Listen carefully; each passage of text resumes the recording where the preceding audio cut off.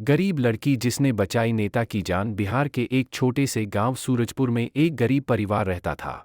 उस परिवार में एक लड़की थी जिसका नाम आरती था। आरती बहुत समझदार और दयालु थी, लेकिन उसका परिवार बहुत गरीब था। आरती के पिता रामलाल खेतों में मजदूरी करते थे। माँ सीता गांव के घरों में काम करती थी। घर इतना छोटा था कि बारिश के दिनों में छत से पानी टपकते लगता था। फिर भी आरती खुश रहती थी।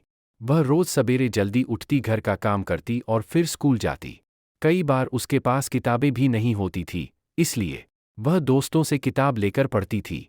आरती का सपना था कि वह पढ़ लिख कर एक बड़ा ऑफिसर बने और अपने माता पिता की गरीबी खत्म करे। एक दिन पूरे गांव में खबर फैली गई, शहर के एक बड़े नेता विक्रम सिंह गांव में आने वाले हैं।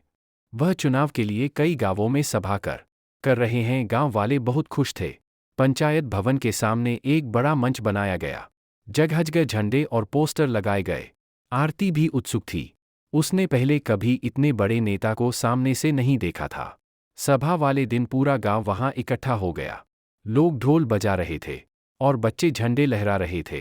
कुछ देर बाद कई गाड़ियों का काफिला आया। उसी में नेता विक्रम सिंह भी थे। लोग जोर जोर से नारे लगाने लगे, विक्रम सिंह जिंदाबाद। आरती भी भीड़ में खड़ी सब देख रही थी। तभी उसकी नज़र मंच के पीछे गई। उसने देखा कि एक आदमी चुपके से एक काला बैग मंच के पास रखकर जल्दी जल्दी वहां से जा रहा है। उस आदमी का चेहरा बहुत घबराया हुआ लग रहा था। आरती को यह देखकर थोड़ा शक हुआ। उसने सोचा, ये आदमी इतना घबराया हुआ क्यों है और बैग रखकर क्यों भाग गया। भीड़ बहुत थी इसलिए किसी और ने उस बात पर ध्यान नहीं दिया, लेकिन आरती को लगा कि कुछ गड़बड़ है। हिम्मत का फैसला, आरती धीरे धीरे मंच के पीछे गई। बैग थोड़ा खुला हुआ था। उसने अंदर झांक कर देखा। उसके अंदर कुछ तार और मशीन जैसी चीजें थीं। आरती डर गई। उसने तुरंत समझ लिया कि यह खतरनाक चीज हो सकती है, लेकिन वहां खड़े पुलिस वाले दूर थे। अगर वह चुप रहती तो शायद बड़ा हादसा हो सकता था। आरती ने डर के बावजूद हिम्मत की। वह तेजी से दौड़कर पुलिस के पास पहुंची। आरती हांफते हुए बोली, साहब, मंच के पीछे रखा बैग मुझे बहुत खतरनाक लग रहा है। पुलिस वाले पहले थोड़ा हंसे।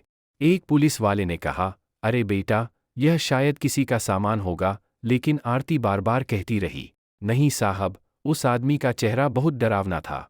वो बैग रखकर भाग गया। आरती की बात सुनकर एक पुलिस अफसर को शक हुआ। उन्होंने तुरंत 2 सिपाहियों को भेजा। सच सामने आया। जैसे ही पुलिस ने बैग खोला, सबके होश उड़ गए। उस बैग में बम जैसा उपकरण लगा हुआ था। अगर वह फट जाता तो वहां मौजूद हजारों लोगों की जान खतरे में पड़ सकती थी। पुलिस ने तुरंत नेता विक्रम सिंह को मंच से नीचे उतारा। भीड़ को धीरे धीरे दूर किया गया। बम निरोधक टीम को बुलाया गया और कुछ देर में उस खतरे को सुरक्षित तरीके से खत्म कर दिया गया। जब सब कुछ सुरक्षित हो गया, तब पुलिस को पता चला कि यह जानकारी आरती ने दी थी।